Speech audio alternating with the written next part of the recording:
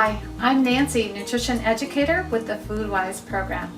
Today, we're going to make a delicious chicken and rice dish using one of the veggie and rice mixes that I picked up at the local food pantry. This one is Meals from the Heart. Sometimes they're United Way, sometimes Kids Against Hunger, but I've seen them at many food pantries. So what I'm going to do is I'm going to pour my rice and mixture into my hot pan. I'm going to add a can of drained chicken that I also received at the food pantry. A can of mushroom soup. I have a cream of mushroom today with the low sodium version, which is really nice. Reduces some of my sodium as well. And water.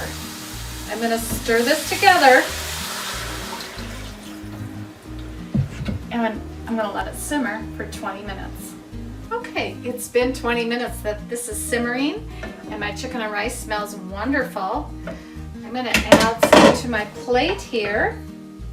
And I like to add a nice bright green vegetable and maybe some fruit. I'm going to sprinkle a little parsley on top there. Does that look nice? And a glass of milk, and I now have a My Plate meal.